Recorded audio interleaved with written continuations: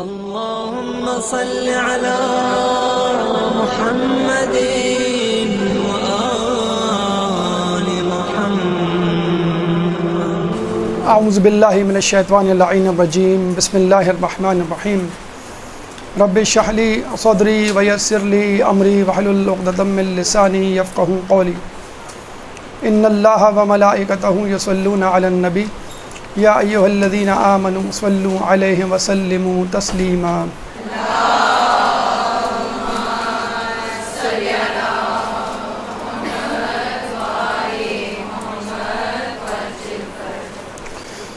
ابھی حال ہی میں 14 اگست کا جشن آپ کی نگاہوں کے سامنے سے گزرا ہوگا. ہو سکتا ہے آپ میں سے بہت سے لوگوں نے اس میں عملی شرکت بھی کی ہوگی. ہو سکتا ہے آپ کے اذہان میں یہ سوال بھی ابھرا ہو کہ ہم یہ جشن کیوں مناتے ہیں، یا کسی بھی خاص واقعے کے حوالے سے جو سیلیبریشنز ہوتی ہیں ان کو کیوں منایا جاتا ہے. مثلا 14 اگست کو لے لیجئے، 23 مارچ کو لے لیجئے، 25 دسمبر کو لے لیجئے، کرسمس، نیو ایئر ایو کو لے لیجئے، بسنت کو لے لیجئے، ہولی کو لے لیجئے، ہالووین ڈے کو لے لیجئے. تو ایک جواب ذہن میں آتا ہے. پہلی بات تو یہ کہ اس دن رونما ہونے والے واقعے کی اہمیت کو اجاگر کرنے کے لیے کہ اس دن کیا ہوا تھا، کیوں ہوا تھا، کیسے ہوا تھا، اور کن کن لوگوں کی کوششوں سے ہوا تھا، کون جیتا تھا، کون ہارا تھا، کون کامیاب ہوا، کون ناکام ہوا. دوسرا اہم مقصد اپنے اندر ایک جوش و ولولہ پیدا کرنا اور اپنی زندگی کو اس واقعے کی مناسبت سے ڈھالنا. یعنی اگر ہم 14 اگست کے حوالے سے دیکھیں تو سب سے پہلے جو 14 اگست کی سیلیبریشنز ہیں اس میں جو بات یا جس چیز پر زور دینا چاہیے وہ ہے حب الوطنی، مقصد قیام پاکستان، اور ان لوگوں کی کوششوں کا تذکرہ جنہوں نے پاکستان بنایا، ان لوگوں کی قربانیوں کا تذکرہ جن کی وجہ سے پاکستان بنا. اور دوسرا مقصد یہ کہ بحیثیت پاکستانی اب ہماری کیا ذمہ داری ہے. قائد اعظم کا پاکستان ہو یا علامہ اقبال کا پاکستان ہو، ہم اس پاکستان کو کیسے اچیو کریں، وہ پاکستان جو اب تک نہیں بن پایا کیسے بنے گا. لیکن آپ نے محسوس کیا ہوگا کہ ہمیشہ سے ہی اور اب آنے والے دور میں یہ چیز اور زیادہ پختہ ہوتی چلی جائے گی کہ کسی بھی کام کا اصل مقصد یا روح یا معنویت ختم ہوتی جا رہی ہے. یعنی اگر ہم پاکستانیوں کو چھوڑیں، کرسمس کی بات کر لیں، 25 دسمبر حضرت عیسیٰ علیہ السلام کا یوم ولادت، اگر ہم یہ کہیں کہ عیسائی اگر عیسیٰ علیہ السلام کا یوم ولادت منا رہے ہیں، اگر وہ اس کا حق ادا کر دیں تو سب کے سب مسلمان ہو جائیں. کیا 25 دسمبر کو عیسیٰ علیہ السلام کی حیات طیبہ پر روشنی ڈالی جاتی ہے؟ اس حوالے سے سیمینارز ہوتے ہیں، اس حوالے سے عزم مصمم کیا جاتا ہے کہ ہم عیسیٰ علیہ السلام کی سیرت پر عمل کریں گے. اسی طرح آپ 14 اگست کو لے لیجئے. پاکستان اسلام کے نام پر بنا تھا تاکہ مسلمان ہندوانہ رسموں سے آزاد ہوں اور انگریزوں کی غلامی کے شکنجے کو، طوق کو اپنے گلے سے اتار بھیگیں. عین 14 اگست کے دن اسلامی روایات اور احکامات کا مذاق اڑایا جاتا ہے. موسیقی، مکس گیدرنگ، توہین مومن، لوگوں کو ستانا، ہر قسم کا گناہ جو آپ کر سکتے ہیں اس 14 اگست کو کیا جاتا ہے. رہی صحیح کسر ملٹی نیشنل کمپنی اور کاروباری حضرات نے پوری کر دی. کنزیومرزم کے نام پر اپنی پروڈکٹس کو 14% discount on 14 August, 69% discount on 69th birth day of Pakistan کے نام سے بینرز لگ گئے، بل بورڈ سج گئے، ٹی وی پہ اشتہارات آنے لگے. 14 اگست کو کیش کیا گیا، جس طرح عید کو کیش کیا جاتا ہے. قربانی کی عید کو کیش کیا جاتا ہے، اور یہ بدعت اور یہ سازش مغرب سے ہماری طرف منتقل ہوئی ہے۔ اس طرح وہاں پر کرسمس نہیں رہا، اور ہندوؤں میں جو مذہبی تہوار ہیں وہ مذہبی تہوار نہیں رہے، فقط لہو و لعب، فحاشی، گناہوں کا اڈا، مرکز، منبع، سرچشمہ بن چکے ہیں۔ ہر واقعے سے روح کو نکال لیا گیا ہے۔ بہرحال 14 اگست اور اس جیسے سیکولر، اگر ان کو کہا جائے، واقعات کو، جشن کو نکال دیا جائے، تو ہم آتے ہیں اسلامی تہوار، اسلامی واقعات کی طرف۔ ہمارے یہاں بھی تاریخوں کی مناسبتوں سے ایام منائے جاتے ہیں۔ کبھی خوشی کا دن ہوتا ہے تو ہم خوشی مناتے ہیں، عید مباہلہ، عید غدیر، دعو الارض ابھی جو آنے والا ہے 25 ذوالقعدہ کو، یوم ولادت ائمہ کی۔ اور اگر غم کا دن ہو، مثلا کربلا کے ایام، ایام عزا، ائمہ کی شہادتوں کے ایام، تو ہم اس کو اس طرح سوگ کے عالم میں مناتے ہیں۔ مقصد وہی جیسے بتلایا گیا، اس تاریخ کو ہونے والے واقعے کی اہمیت کو اجاگر کرنا، اس تاریخ کو پیدا ہونے والی یا شہید ہونے والی شخصیت کی سیرت کو اجاگر کرنا۔ دوسری اہم چیز، اس شخصیت یا اس واقعے کی مناسبت سے اپنے آپ کو ذہنی طور پہ تیار کرنا، تجدید ایمان کرنا، تجدید عزم کرنا کہ ہم کس کے ماننے والے ہیں، ہم کس لیے اس دنیا میں آئے ہیں اور ہمیں کیا کرنا ہے۔ اور جب ہم انبیاء، ائمہ اور دیگر لوگوں کے ایام مناتے ہیں، خصوصی طور پہ شخصیات کے حوالے سے، ان شخصیات کا خاکہ ہمارے ذہن میں ہوتا ہے، ان کی سیرت ہمارے ذہن میں ہوتی ہے، اور پورے خوشی و خضوع سے ہم توجہ مرکوز کر کے بیٹھتے ہیں کہ اس شخصیت سے کچھ نہ کچھ فائدہ اٹھائیں گے۔ اللہ تعالیٰ نے قرآن میں جا بجا انبیاء کے جو قصے ہمیں سنائے ہیں، وہ فقط لوری یا داستان یا حکایتیں، قصے کہانی نہیں، من گھڑت باتیں نہیں، بلکہ عبرت حاصل کرنے والے واقعات ہیں۔ اللہ تعالیٰ سورہ یوسف آیت نمبر 111 میں فرماتا ہے، ایک درود پڑھ دے محمد والے محمد پہ۔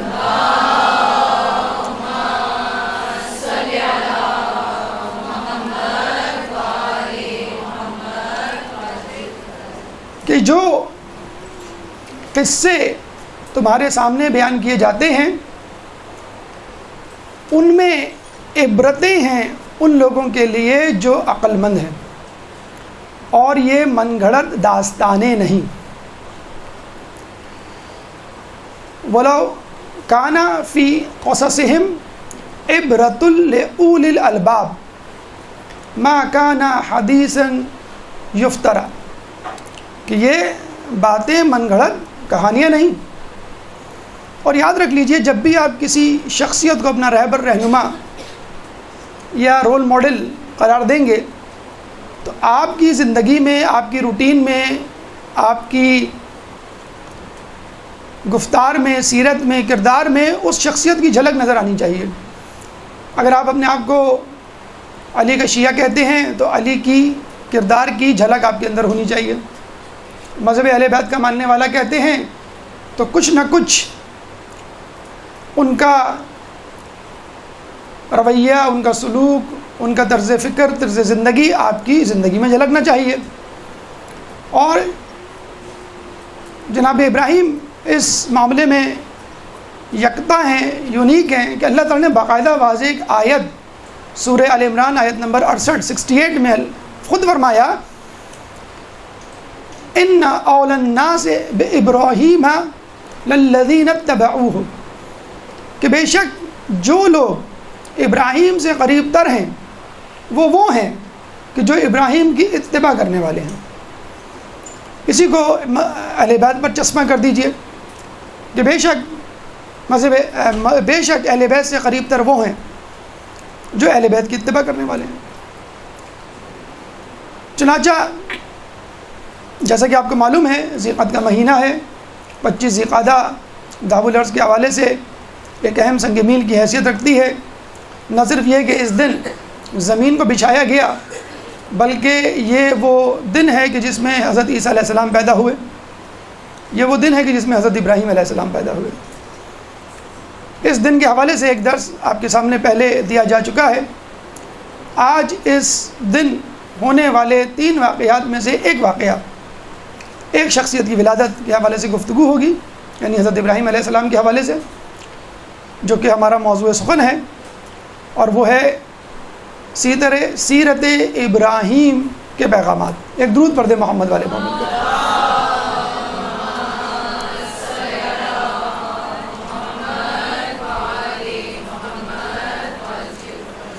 ہماری گفتگو کا دوسرا مرحلہ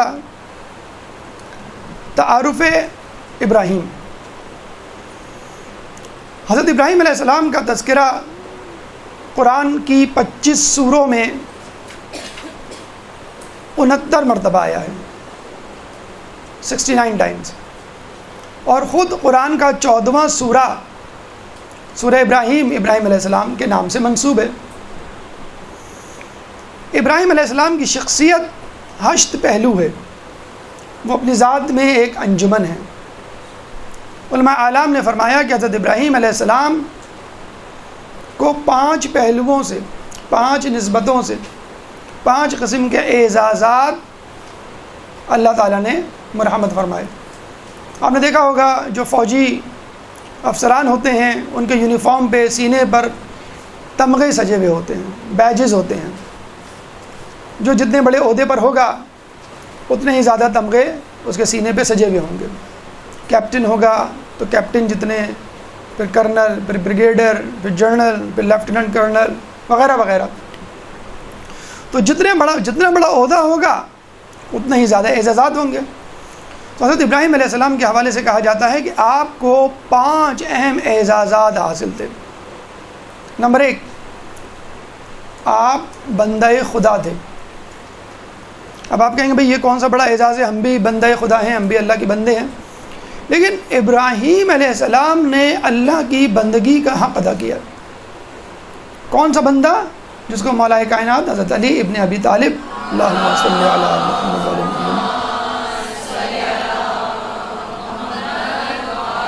محمد، متعارف کروایا۔ تو کیسے متعارف کروایا؟ کہ میری عزت کے لیے یہ کافی ہے کہ میں تیرا بندہ ہوں، اور میرے شرف کے لیے کافی ہے کہ تو میرا خدا ہے۔ حقیقی بندہ، حقیقی غلام حضرت ابراہیم نے اپنے آپ کو ثابت کیا۔ اور آپ کو معلوم ہے کہ جب کوئی شخص کسی کی نوکری کرتا ہے، کسی کے کام آتا ہے، کسی کی خدمت کرتا ہے، غلامی کرتا ہے، تو جب آقا اس سے خوش ہوتا ہے تو اس کو انعام دیتا ہے۔ ابراہیم نے جب اپنے آپ کو حقیقی طور پہ اللہ کا بندہ ثابت کر دیا تو اللہ تعالیٰ نے ان کا مرتبہ بلند کیا اور اللہ کے بندے سے اللہ کا پیغمبر بنا دیا۔ اب ابراہیم اللہ کے پیغمبر بنے، اللہ کے پیغام پہنچانے والے بنے، اور لوگوں کو اللہ کا بندہ بنانے والے بنے۔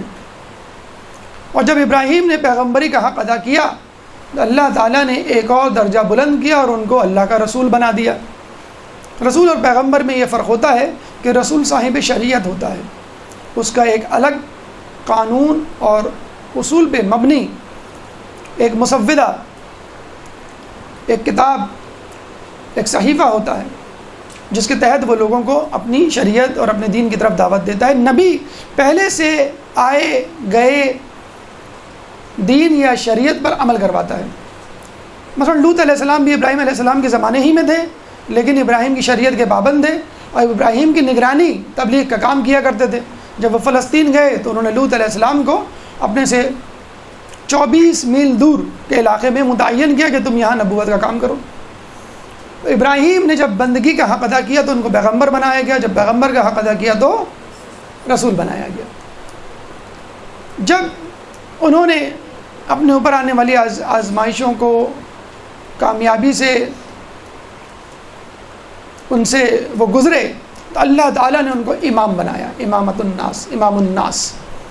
اور امام وہ ہوتا ہے جو صاحب اقتدار ہوتا ہے، صاحب حکومت ہوتا ہے، شریعت کو نافذ کرنا اس کی ذمہ داری ہوتا ہے، لوگوں کے انفرادی اور اجتماعی تمام امور کا وہ ذمہ دار ہوتا ہے اور لوگوں کے اموال میں تصرف رکھتا ہے۔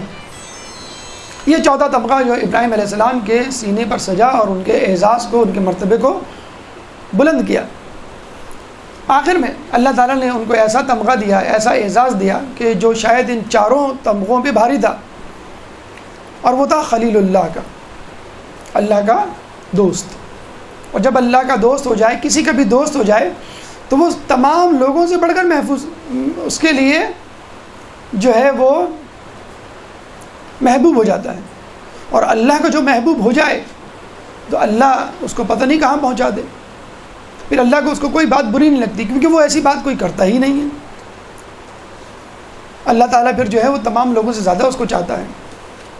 لیکن ایک عجیب بات کہ اس کے باوجود ایک تمغہ باقی تھا جو ابراہیم علیہ السلام کو ملنا تھا، جو بہت بعد میں ملا، اور اس کے ملنے کے بعد ابراہیم خوشی سے جھوم اٹھے۔ وہ کیا تمغہ تھا، وہ کیا اعزاز تھا، ایک تجسس کے ساتھ اس کو یہاں پہ چھوڑ دیتے ہیں، اور درس کے اختتام پہ انشاءاللہ آپ کے سامنے بتلائیں گے وہ آخری تمغہ کیا تھا جو ان پانچوں تمغوں پہ بھاری تھا۔ ایک درود پڑھ دے محمد والے محمد پہ۔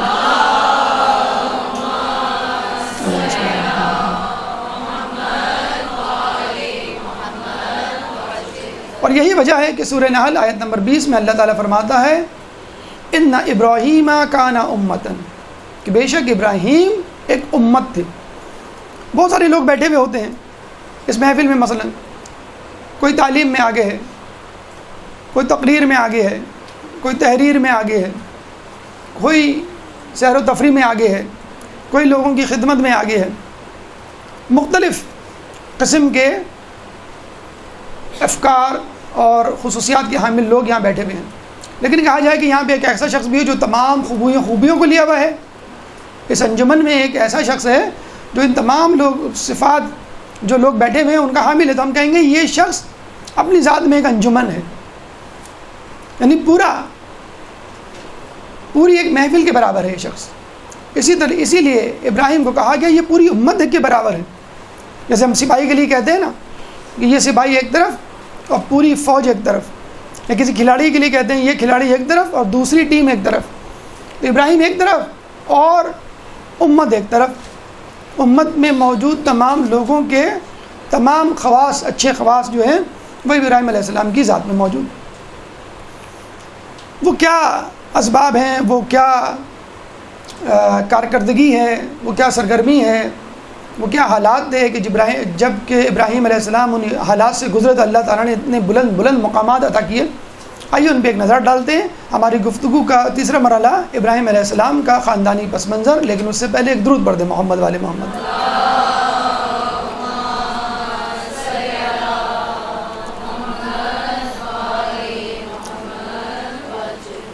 ابراہیم علیہ السلام کے والد کا نام طارق، مشہور ہو گیا ہے آزر، ان کے باپ تھے، قرآن میں بھی ان کو باپ کہہ کے پکارا گیا ہے۔ لیکن ہوا یوں تھا کہ ابراہیم علیہ السلام کی زندگی کے اوائل میں ان کے والد کا انتقال ہو گیا، اور ان کی امی نے ان کے چچا کے حوالے ابراہیم کو کر دیا۔ جیسے آج کل بھی آپ دیکھتے ہیں اگر باپ مر جائے تو چچا میں سے کوئی لے لیتا ہے، اور ماں مر جائے تو خالاؤں یا پھوپھیوں میں سے کوئی لے لیتا ہے۔ تو یہ خیال لگتا ہے، بلکہ آپ نے دیکھا بھی ہوگا کہ بعض اوقات تایا کو تایا ابو کہا جاتا ہے، بڑے ابو کہا جاتا ہے، اس طرح خالہ کو خالہ امی یا بڑی امی کہا جاتا ہے۔ تو ماں کا لفظ خالہ کے لیے بھی استعمال کیا جاتا ہے، اور باپ کا لفظ چچا کے لیے بھی استعمال کیا جا سکتا ہے۔ تو یہاں لوگوں کو کنفیوژن ہو گیا کہ آزر جو تھے وہ چچا نہیں تھے بلکہ باپ تھے، جبکہ ہمارے عقیدے کے مطابق نبی کا باپ، نبی کی ماں، اور پورا سلسلہ اوپر تک نبی کا مومن ہوتا ہے۔ جبھی ابراہیم علیہ السلام کا سلسلہ نسب نبی پشت میں نوح علیہ السلام سے جا کے مل جاتا ہے، جو کہ ان سے 1000 سال پہلے پیدا ہوئے، اور خود ابراہیم علیہ السلام ہمارے زمانے سے 4000 سال پہلے پیدا ہوئے۔ تو 1500 سال رسول کو ہوئے، پھر 2500 سال، 4000، اور پھر 4000 سے 1 سال اور اوپر لے جائیں تو نوح علیہ السلام۔ تو آپ کے والد طارق تھے الف ر خا، جو مسلمان تھے۔ والدہ کا نام بونا یا نونا تھا، عجیب سا نام ہے۔ نام تو خیر ابراہیم بھی ہے عجیب سا، اسماعیل بھی ہے عجیب سا، فرعون بھی، نمرود بھی، کیونکہ یہ سب نام غیر عربی ہیں۔ تو عجیب سے ہونے چاہیے لیکن اتنے زیادہ مستعمل ہیں کہ ہمیں عجیب نہیں لگتے. بہرحال بونا، نونا بھی ہے لیکن بونا زیادہ مشہور ہے. اچھا، ابراہیم کی علیہ السلام کی پہلی بیوی، پہلی زوجہ سارہ، جن میں بی بی خدیجہ کی جھلک کہ بہت ہی متمول خاتون تھیں، بلکہ پیغمبر کی بیٹی تھی. سارہ بنت لاحج، لاحج ان کے والد کا نام تھا. بہت متمول تھیں اور بی بی خدیجہ کی طرح اپنی تمام دولت جو ہے ابراہیم علیہ السلام کے قدموں میں ڈال دیتی اور کہا تھا آپ مکمل تصرف رکھتے ہیں. ابراہیم علیہ السلام نے وہی کیا جو رسول اللہ نے کیا تھا، اپنی ساری دولت، سارہ کی ساری دولت جو ہے وہ دین کی خدمت میں اللہ کی راہ میں قربان کر دی. اور انہی سارہ سے جو بیٹے پیدا ہوئے جن کا نام تھا اسحاق، جو 100 سال کی عمر کے قریب پیدا ہوئے تھے.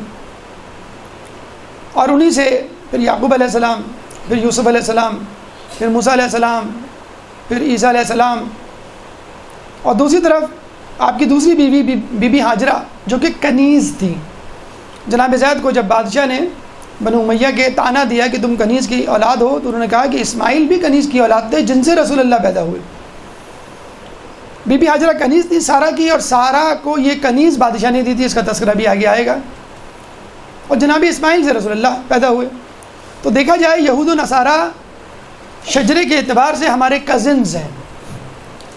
کزنز یا بھائیوں میں لڑائی تو ہوتی رہتی ہے، پھر محبت بھی ہوتی ہے، پھر لڑائی ہوتی ہے، کیونکہ وہ بی بی سارہ سے ہیں اور ہم لوگ جو ہیں وہ مسلمان یا رسول اللہ کی نسل جو ہے وہ جو ہے اسماعیل سے ہے، بی بی ہاجرہ سے.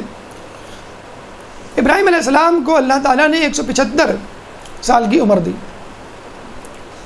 ابراہیم علیہ السلام کے زمانے میں لوط علیہ السلام بھی تھے، جن کی والدہ ابراہیم کی والدہ اور بی بی سارہ کی والدہ آپس میں بہنیں تھیں. تو یہ تینوں جو ہے کزنز ہوئے، بی بی سارہ، بی بی ابراہیم، حضرت ابراہیم کزن ہوئے، ٹھیک ہے، اور لوط علیہ السلام بھی کزن ہوئے ان کے، کیونکہ ان تینوں کی مائیں آپس میں بہنیں تھیں. بہرحال یہ ابراہیم علیہ السلام کا ایک چھوٹا سا بیک گراؤنڈ، جس میں آزر ایک کڑوے میوے کی طرح موجود تھا، جیسے ابو لہب رسول کا چچا جو ہے رسول کے لیے پریشانی کا باعث بنتا تھا، بلکہ رسول کی جان کا دشمن تھا. اس طرح آزر کا بھی یہی حال تھا، جس کا تذکرہ بھی آگے آئے گا، کس طرح وہ ابراہیم علیہ السلام کے لیے ایک کانٹا بنا رہا اور مصیبت کے لیے ہر وقت بلکہ ان کو قتل کرنے کے در پہ رہتا تھا. یہ ہماری گفتگو کا تیسرا مرحلہ خاندانی پس منظر کے حوالے سے. اب چلتے ہیں ابراہیم علیہ السلام کے زمانے کے حالات کی طرف. ایک درود پڑھتے ہیں محمد والے محمد پہ.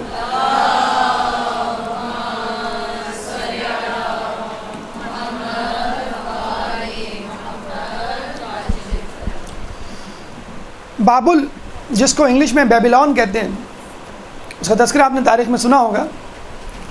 یہ بابل 2 دریا کے درمیان تھا. یہ کلفٹن والا 2 دریا نہیں، دجلہ اور فرات کے درمیان 2 دریا تھے، بیچ میں بابل تھا. اور آپ کو معلوم ہے جو بھی تہذیب کسی دریا کے قریب ہوتی ہے بڑی پھلتی پھولتی ہے، زرخیز ہوتی ہے، اور موسم بھی اچھا ہوتا ہے، اور جہاں پانی ہوتا ہے وہاں زندگی ہوتی ہے. جو سٹیز اس وقت دنیا میں دریا سمندر کے قریب ہیں وہ سب ترقی یافتہ ہیں.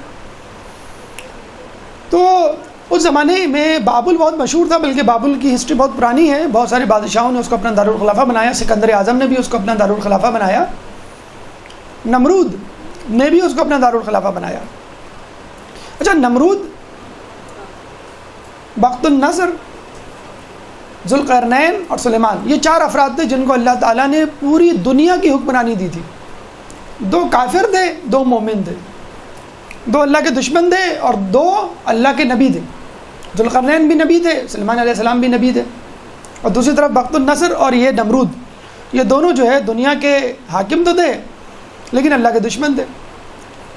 اب یہاں سے ایک بات ثابت ہو گئی، جیسے کہ ہم نے کہا ہمارا موضوع جو ہے سیرت ابراہیم کے پیغامات، تو آپ کو پیغامات چننے ہیں سیرت ابراہیم سے، تاریخ ابراہیم سے. اب یہاں پہ یہ بات ذہن میں رکھ لیجئے کہ کسی شخص کے پاس مال و دولت کا ہونا خدا کے راضی ہونے کی دلیل نہیں. ہو سکتا ہے خدا راضی ہو اس سے، ہو سکتا ہے خدا راضی نہ ہو. تو اکثر غریب جو ہیں وہ امیروں کو تانا دیتے ہوئے نظر آتے ہیں، برا بھلا کہتے ہوئے نظر آتے ہیں، سب حرام کی کمائی ہے، اللہ ان سے ناراض ہے، اور یہ ہے اور وہ ہے، جہنم میں جائیں گے. یہ حسد ہے، یہ حسد ہے. اسی طرح یہ بھی صحیح نہیں کہ جو ہے وہ آپ ہر دولت والے کو کہہ دیں کہ بھئی اللہ اس سے راضی ہے. خادم الحرمین والشریفین والامریکین، آپ ان کے بارے میں کہہ دیں کہ بھئی اللہ تعالیٰ نے ان کو مال و دولت، تیل کی دولت سے نوازا ہے تو اللہ ان سے راضی ہوگا. پہلی بات تو یہ کہ تیل کی دولت شیعہ علاقوں میں، ایسٹرن ایریاز میں، ان علاقوں میں نہیں ہے جہاں یہ رہتے ہیں نجدی. تو کسی کے پاس مال و دولت کا ہونا اللہ کی رضا کی دلیل نہیں ہے، ورنہ ذوالقرنین، سلیمان، وقت النصر، نمرود سب برابر ہوتے، سب سے اللہ راضی ہوتا. ہو سکتا ہے اللہ راضی ہو سکتا ہے اللہ راضی. ہاں ایک دلیل ہے، ایک صفت ہے، ایک نعمت ہے جو اللہ کسی کو دے، اللہ اسے راضی ہوتا ہے. اللہ جب کسی سے اس کی بھلائی کا ارادہ کرتا ہے تو اس کو علم دین دے دیتا ہے. اللہم صلی علی محمد.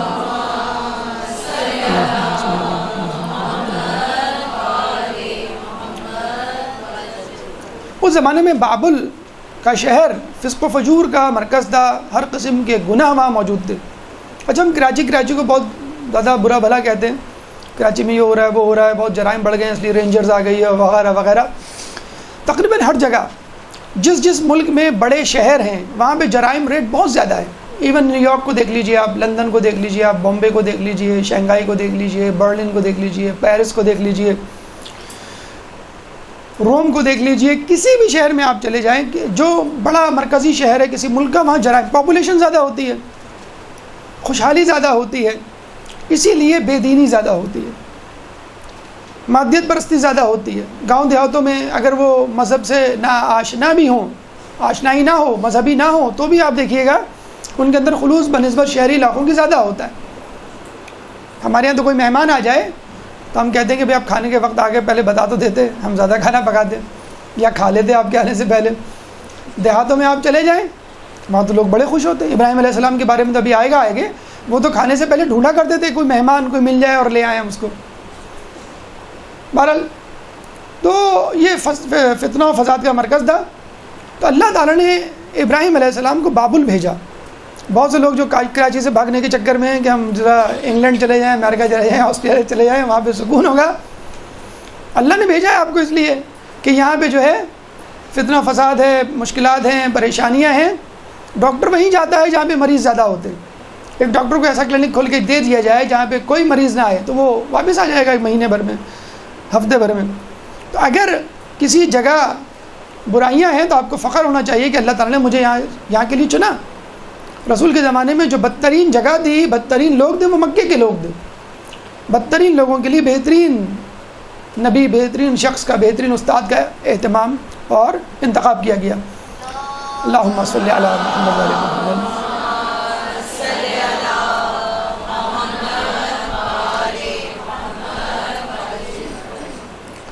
تو ابراہیم علیہ السلام کو بابل بھیجا گیا. اچھا وہاں پہ معاملہ کچھ یوں ہوا کہ نمرود نے ایک خواب دیکھا کہ ایک ستارہ آسمان کے افق پر نمودار ہوا اور اس کی روشنی اتنی تھی کہ اس کی چکا چوند سے سورج اور چاند گہنا گئے، ان کی روشنی ختم ہو گئی. جب اس نے یہ خواب اپنے وزیروں کو خصوصی طور پہ آزر کو سنایا جو ان کا چچا تھا ابراہیم کا، آزر نے کہا یہ خواب تو میں نے بھی دیکھا ہے. اور پھر اس نے تعبیر یہ بتلائی کہ عنقریب ایک ایسا بچہ پیدا ہوگا جو تمہاری بادشاہت کو ختم کرے گا. بالکل فرعون والی صورتحال یہاں پیدا ہو گئی. فرعون نے کیا کہا تھا؟ فرعون نے یہ کہا کہ تمام بچوں کو قتل کر دو. اس نے 2 احکام جاری کیے. پہلے تو یہ کہا کہ تمام بچوں کو قتل کر دو جو پیدا ہوں. تمام دائیوں کو حکم دیا کہ جب بھی کوئی بچہ پیدا ہو تو دیکھو لڑکا ہے یا لڑکی، لڑکا ہے تو قتل کر دو، لڑکی ہے تو زندہ رہنے دو. بالکل آج کل کے حالات سے بالکل الٹ. ہمارے یہاں لڑکی پیدا ہو تو منہ بنتا ہے اور لڑکا پیدا ہو تو خوش ہوتے لوگ. انڈیا میں تو قتل کر دیا جاتا ہے، ابارشن کر دیا جاتا ہے. بہرحال تو دائیوں کو یہ حکم دیا گیا. دوسرا حکم اس نے ایک عجیب نافذ کر دیا کہ شوہروں کو بیویوں سے جدا کر دیا اور ان کو شہر سے دور بھیج دیا کہ کوئی شوہر اپنی بیوی کے ساتھ نہیں رہے گا. یعنی آئندہ کی بھی منصوبہ بندی کر دی اس نے. جو عورتیں حاملہ تھیں ان کے لیے بھی کہہ دیا کہ جو بھی بچہ پیدا ہوگا، لڑکا ہوا تو قتل کر دیا جائے گا. پتہ نہیں کسی طرح والدہ اور والد ملے، ان کا نطفہ ٹھہرا، اور ان کی والدہ نے، ابراہیم کی والدہ نے پورے زمانے حمل میں کسی کو ظاہر نہیں ہونے دیا۔ اچھا، یہ بھی کہا جاتا ہے کہ آخری وقت تک، ولادت تک آثار حمل مخفی رہے، اور یہ ہمیں کافی ائمہ کے بارے میں، خصوصی طور پہ 12ویں امام عجل اللہ تعالیٰ فرجک اللہم صلی علی محمد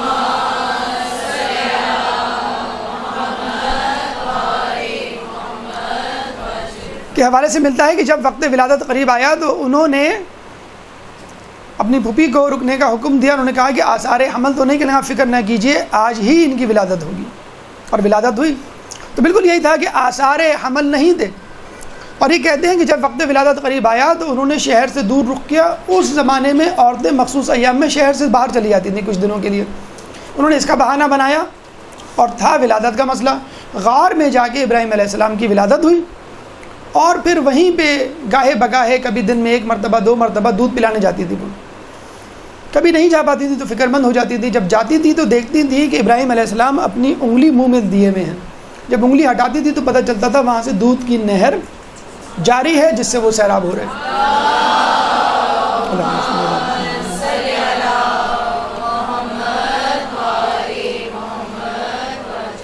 بہرحال ابراہیم علیہ السلام اس طرح پیدا ہوئے، اس طرح پلے بڑھے، اور جب وہ بڑے ہوتے گئے انہوں نے آس پاس کے ماحول کو دیکھا، اپنی امی سے ضد کرنے لگے کہ مجھے آپ شہر لے جائیں، میں لوگوں کو دیکھنا چاہتا ہوں، اس غار سے میں تنگ آ گیا ہوں، تنہائی سے پریشان ہو گیا ہوں۔ اور وہی سمجھاتی، کبھی بہانے بناتی، پھر بعد میں انہوں نے بتا دیا کہ بادشاہ نمرود تمہارے قتل کے در پہ ہے، چلو میں پھر بھی تمہارے چچا آزر سے بات کروں گی۔ وہ چلی گئی، لیکن ظاہر سی بات ہے وہ پھر بھی نہیں لا سکتی تھیں۔ ابراہیم علیہ السلام نے اپنی تنہائی سے اکتا کر 13 سال کی عمر میں غار سے باہر قدم رکھ دیا۔ 13 سال کی عمر تھی، لیکن ان کا ڈیل ڈول 20 سال کے نوجوان کی طرح تھا۔ اس طرح ہمارے ائمہ کے بارے میں کہا جاتا ہے 1 مہینے میں 1 سال کے برابر بڑھتے۔ اللہ کے منتخب بندوں کی نشانیاں، علامات، خد و خال مماثلت رکھتے ہیں۔ بہرحال ابراہیم علیہ السلام غار سے نکلے، یہاں پہ ان کا سفر معرفت شروع ہوا، جہاں پہ ان کے لیے اللہ نے دین کی رہنمائی کی۔ کیسے؟ ایک درود پڑھ دے محمد والے محمد۔ اللہم صلی علی محمد۔ دیکھیے، اگر یہاں کہا جائے کہ بھئی ایک اسٹوڈنٹ کو مانیٹر بنانا ہے جو فرسٹ آئے گا، اور استاد کو معلوم بھی ہو کون فرسٹ آئے گا، اور وہی کہتے کہ ٹھیک ہے آپ مانیٹر بن گئے ہیں، اور باقی لوگ ٹیسٹ دیں، باقی تمام لوگ کھڑے ہو جائیں گے کہ بھئی انہوں نے ٹیسٹ کیوں نہیں دیا۔ اب استاد یہ کہہ کہ بھی مجھے معلوم ہے یہ فرسٹ آئیں گے، اس لیے میں نے ان کو مانیٹر بھی بنا دیا، فرسٹ بھی قرار دے دیا۔ اب آپ پھر دوبارہ اعتراض کہیں گے کہ بھئی امتحان دینے سے پہلے آپ کیسے کہہ سکتے ہیں؟ تو اللہ کا رسول نبی منتخب شدہ ہوتا ہے، لیکن حجت تمام کرنے کے لیے، لوگوں کو بتانے کے لیے تو یہ تم سے سب سے بہتر ہے، ورنہ اللہ ڈائریکٹ اعلان کر سکتا ہے پیدائش کے وقت کہ یہ نبی ہے، لوگوں کو اعتراض ہو جاتا۔ اگر تو ہمیں موقع دیتا تو ہم بھی ثابت کر کے دکھا دیتے۔ پہلے نبی اپنے آپ کو ثابت کرتا ہے، رسول اللہ نے اپنے آپ کو صادق و امین ثابت کیا 40 سال تک۔ کسی نے چیلنج نہیں کیا رسول کو کہ تم سب سے بہتر نہیں ہو، ہم تم کو نہیں مانتے، کبھی کسی نے نہیں، بلکہ صادق امین کہا۔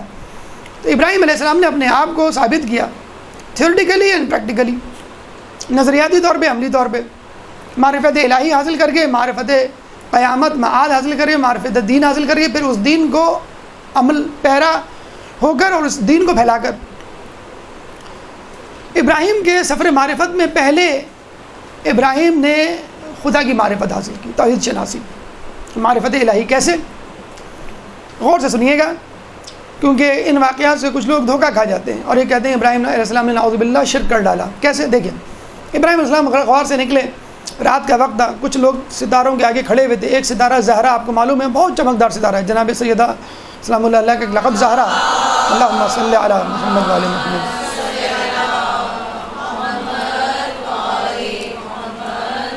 زہرا چمکدار ستارہ تھا، تمام ستاروں سے زیادہ چمکدار تھا، چنانچہ تمام لوگ جو اس کے سامنے کھڑے ہو کے عبادت کر رہے تھے۔ ابراہیم نے کہا کہ تم لوگ کیا کر رہے ہو؟ انہوں نے کہا کہ ہم عبادت کر رہے ہیں۔ ابراہیم نے کہا کس کی؟ انہوں نے کہا اس ستارے کی جو سب سے زیادہ چمکدار ہے۔ ابراہیم نے کیا کہا؟ واقعی خدا کو ایسے ہی ہونا چاہیے، سب سے زیادہ چمکدار، سب سے زیادہ واضح، سب سے زیادہ ممتاز، الگ تھلگ، میرا خدا ایسے ہی ہے۔ اور پھر اپنی خدا کی تعریفیں کرنے لگے۔ لوگ سمجھے یہ ہمارے خدا کی تعریف کر رہا ہے، ان کو گلے لگایا، نیو کمر سمجھ کے ان کا اکرام کیا، انہوں نے کہا کہ ہمارے ساتھ اٹھو بیٹھو. اب دیکھیں یہ سائیکالوجیکل ایک اسٹریٹجی ہوتی ہے کہ جب آپ بچے کو کچھ سمجھانا چاہیں اور وہ کھیل رہا ہو تو آپ اس کو یہ نہ کہیں تم پڑھو, یہ کھیلنے کا وقت نہیں ہے, آپ اس کے ساتھ کھیلنے لگ جائیں اور کھیلتے کھیلتے کہیں بھائی بہت تھک گئے, چلو اب جو ہے وہ پڑھائی کر لیتے ہیں. تو ابراہیم علیہ السلام نے اپنے خدا کی تعریف کی اور وہی سمجھے ہماری تعریف کر رہے ہیں. جب صبح ہوئی تو ستارہ زہرا غائب ہو گیا. تو ابراہیم نے کہا یہ ستارہ زہرا کہاں گیا؟ کہنا یہ غائب ہو گیا. کہنا کہاں؟ کہنا پتہ نہیں کب آئے. کہنا اگلے دن آئے گا. کہنے گا ابھی یہ تو خدا نہیں ہو سکتا کہ جو ایک معین وقت کے لیے ہو پھر غائب ہو جائے, میرا خدا تو ہر وقت رہتا ہے. یہ کہہ کے ان لوگوں سے بچھڑ گئے اور ان لوگوں کو شک میں ڈال دیا. دیکھیں یہ ہے طریقہ تبلیغ کا, توحید شناسی کا. آگے گئے لوگ چاند کی پرستش کر رہے تھے. میں کہا تم چاند کی پرستش کیوں کر رہے ہو؟ کہنے لگے یہ زہرا سے بڑا ہے, زہرا سے خوبصورت ہے, زہرا ستارے سے زیادہ چمکدار ہے. میں نے کہا واقعی خدا تو سب سے زیادہ واضح, چمکدار اور خوبصورت ہوتا ہے, میرا خدا بھی ایسا. اپنے خدا کی تعریف کرنے لگے. لوگوں نے کہا کہ شاید یہ چاند کی تعریف کر رہے ہیں اور یہ چاند پرست ہو گئے. وہی بات کہ نیو کمر ہیں, ان کا اکرام شروع کر دیا اور ان میں گل مل گئے. صبح ہوئی تو چاند غائب. انہوں نے کہا چاند کہاں چلا گیا؟ کہہ لیں گے وہ تو غائب ہو گیا. کہ نہیں کیسا خدا ہے جو غائب ہو جاتا ہے اور دن میں نظر نہیں آتا؟ میرا خدا تو ایسا نہیں, خدا کو تو ہر وقت رہنا چاہیے. یہ کہہ کے وہ آگے بڑھ گئے اور چاند پرستوں کو شک میں ڈال دیا. آگے گئے تو سورج نظر آیا, لوگ نظر آئے, سورج کی طرف کھڑے ہو کر عبادت کرتے ہوئے نظر آئے. لوگوں کو کہا یہ کیا کرو گے؟ ہم سورج کی عبادت کر رہے ہیں. کیوں؟ کہ سب سے زیادہ واضح چمکدار ہے, بلکہ چاند کو روشنی دینے والا بھی یہی ہے. وہ بھی عبادت نہیں کرنے لگے, اپنے خدا کی عبادت کرنے لگے, تعریف کرنے لگے کہ خدا کو ایسا ہی ہونا چاہیے, نہ صرف خود روشن ہو بلکہ لوگوں کو روشن کرے. خدا کا ایک نام جو ہے قیوم بھی ہے, خود بھی قائم ہے اور دوسروں کے قائم ہونے کا سبب بھی ہے. لوگ سمجھے کہ یہ جو ہے ستارہ سورج پرست ہیں, ان کو اپنے ساتھ شامل کر لیا. مغرب ہوئی, سورج ڈوب گیا. کہنے لگا خدا کہاں گیا؟ کہنے لگا وہ تو غائب ہو گیا. کہنے لگا میرا خدا تو ایسا نہیں, میرا خدا تو ہمیشہ قائم و دائم ہے اور ہمیشہ رہتا ہے, زندہ ہے, کبھی غائب نہیں ہوتا. اور پھر ابراہیم علیہ السلام نے اعلان کیا اپنے فیت کا, اپنے عقیدے کا. انی وجہت وجہی للذی فطر السماوات والارض حنیفا وما انا من المشرکین. میں نے اپنا رخ تمام سمتوں سے موڑ کر ایک دین حنیف کی طرف کر دیا. وما انا من المشرکین, اور میں مشرکین میں سے نہیں ہوں. ابراہیم نے یہ نہیں کہا تھا اب میں نے شرک چھوڑ دیا, انہوں نے کہا کہ میں مشرکوں میں سے نہیں ہوں. تو یہ تذکرہ جو ابراہیم علیہ السلام نے کیا سورہ انعام آیت نمبر 79 میں موجود ہے. لوگ یہ سمجھے, کچھ لوگ مفسرین جو مذہب اہل بیت سے تفسیر یا تعلیم یا تفصیل حاصل نہیں کرتے, کہ ابراہیم علیہ السلام نے نعوذ باللہ شرک سے توبہ کی, اور جب شرک سے توبہ کی تو اللہ تعالیٰ نے ان کو نبوت دی. نہیں, ہمارے نزدیک نبی کبھی بھی گناہ نہیں کرتا, شرک تو بہت دور کی بات ہے. یہاں خدا شناسی معرفت الہی کی ڈگری لے کر لوگوں کے نزدیک, اپنے نزدیک نہیں, لوگوں کے نزدیک ڈگری لے کر آگے بڑھے. تو معاد شناسی کی ڈگری, معاد شناسی کی معرفت ان کو حاصل کرنی تھی, لوگوں کو بتلانا تھا. آگے گئے تو سمندر میں ایک مردہ جانور پڑا ہوا تھا جس کے گرد بہت سارے جانور پرندے چکر لگا رہے تھے اور اس کو نوچ نوچ کے کھا رہے تھے. ابراہیم نے کہا کہ یہ پرندہ کیسے زندہ ہوگا دوبارہ؟ تو کچھ ڈائلاگز ابراہیم علیہ السلام کے اللہ کے ساتھ جو قرآن میں منقول ہیں. سورہ بقرہ آیت نمبر 260-260, وَإِذْ قَالَ إِبْرَاهِيمُ رَبِّ أَرِنِي كَيْفَ تُحْيِي الْمَوْتَى قَالَ أَوَلَمْ تُؤْمِنْ قَالَ بَلَىٰ وَلَكِنْ لِيَطْمَئِنَّ قَلْبِي قَالَ فَخُذْ أَرْبَعَةً مِّنَ الطَّيْرِ وَإِذْ قَالَ إِبْرَاهِيمُ رَبِّ أَرِنِي تُحْيِي الْمَوْتَى. جب ابراہیم نے کہا اے میرے رب مجھے بتلا دے تو کیسے زندہ کرتا ہے. قَالَ أَوَلَمْ تُؤْمِنْ, تو اللہ نے کہا کہ کیا تم کو ایمان نہیں؟ قَالَ بَلَىٰ, ابراہیم نے کہا وائی ناٹ, کیوں نہیں؟ وَلَكِنْ لِيَطْمَئِنَّ قَلْبِي, بس میں اپنے دل کا اطمینان چاہتا ہوں. قَالَ فَخُذْ أَرْبَعَةً مِّنَ الطَّيْرِ, اللہ نے کہا کہ تم پرندوں میں سے 4 پرندوں کو پکڑ کے لے آؤ. پھر ان کو حکم دیا کہ ان پرندوں کو ذبح کرو, ٹکڑے ٹکڑے کرو, خلط ملط کرو اور پھر 10 حصے بناؤ, اور 10 حصے ایسے بنانا کہ ہر حصے میں ہر پرندے کا، چاروں پرندوں کا گوشت شامل ہو. جیسے قربانی میں 7 حصے بناتے ہیں نا، ہر حصے میں کوئی تھوڑی سی کلیجی بھی ہوتی ہے، پائے بھی ہوتے ہیں، سری بھی ہوتی ہے، ہڈی بھی ہوتی ہے، لیکن جھگڑا پھر بھی ہوتا ہے کہ ہمارے حصے میں ہڈی زیادہ ڈال دی. 10 حصے بنائے اور مختلف پہاڑوں میں ڈال دیے. پھر ہمارے 8ویں امام علی رضا علیہ السلام کی روایت میں اللہم صلی علی محمد وعلی محمد کے مطابق چاروں کی چونچیں انہوں نے اپنے ہاتھ میں پکڑ لی اور اللہ نے کہا کہ اب تم ہر پرندے کو آواز دو. انہوں نے آوازیں دینا شروع کی. 4 پرندے تھے، مرغ، مرغابی، مور اور کوا. اور کیوں دے اس کا بھی تذکرہ بھی آگے آئے گا، یہ 4 ہی کیوں دیے اللہ نے. تو انہوں نے آواز دی مرغ کو، تو مرغ کے ٹکڑے مختلف پہاڑوں سے اڑ کر چونچ کے پیچھے ٹرین کی ڈبوں کی طرح لگتے چلے گئے اور وہ پورا مرغ بن گیا اور اڑ گیا. مرغابی کو آواز دی، اس طرح اس کے ٹکڑے اڑ کے آئے، مرغابی بن گئی دوبارہ. پھر مور اور پھر کوا. اور تمام پرندوں نے اللہ کے رسول ابراہیم کا شکریہ ادا کیا کہ آپ نے ہمیں زندہ کیا. ابراہیم نے کہا میں نے زندہ نہیں کیا، اللہ نے زندہ کیا. علماء علام فرماتے ہیں کہ یہ 4 پرندوں کا انتخاب اس لیے کیا کہ چاروں پرندوں میں کوئی نہ کوئی برائی موجود ہوتی ہے. مثلا مرغ شہوت رانی میں مبتلا رہتا ہے، مرغابی ہر وقت بھوک میں مبتلا رہتی ہے، مور جاہ طلبی میں مبتلا رہتا ہے، اپنی تعریف کروانے کا اس کو شوق کہ میں بہت اچھا لگ رہا ہوں. اسی طرح کوا جو آرزوؤں کا متلاشی رہتا ہے، لمبی لمبی آرزو، لمبی لمبی تمنائیں. تو کہنے کا مقصد یہ تھا کہ جو شخص ان برائیوں میں مبتلا ہوگا تو گناہ بھی کرے گا، اور گناہ گار کو آخرت میں دوبارہ اٹھنے کے لیے تیار رہنا چاہیے، اکاؤنٹیبلٹی کے لیے. اگر کوئی شخص اپنی طاقت کے بلبوتے پر اپنی خواہشات کو پورا کر رہا ہے اور لوگوں پہ ظلم کر رہا ہے تو اس کو ابراہیم علیہ السلام کے اس معجزے کی طرح اپنا انجام یاد رکھنا چاہیے کہ میں چاہے کتنا ہی جو ہوں اس دنیا کو فتح کر لوں، ظلم کر لوں، مجھے آخر اللہ کے سامنے مرنے کے بعد دوبارہ زندہ ہونا ہے. چنانچہ ابراہیم علیہ السلام نے اس طرح معاد شناسی کی ڈگری بھی لے لی، پہلے توحید پھر معاد قیامت. اچھا ہمارے یہاں اصول دین 3 ہیں، توحید، نبوت، قیامت. نبوت امامت کے بغیر ادھوری ہے، توحید عدل کے بغیر ادھورا ہے.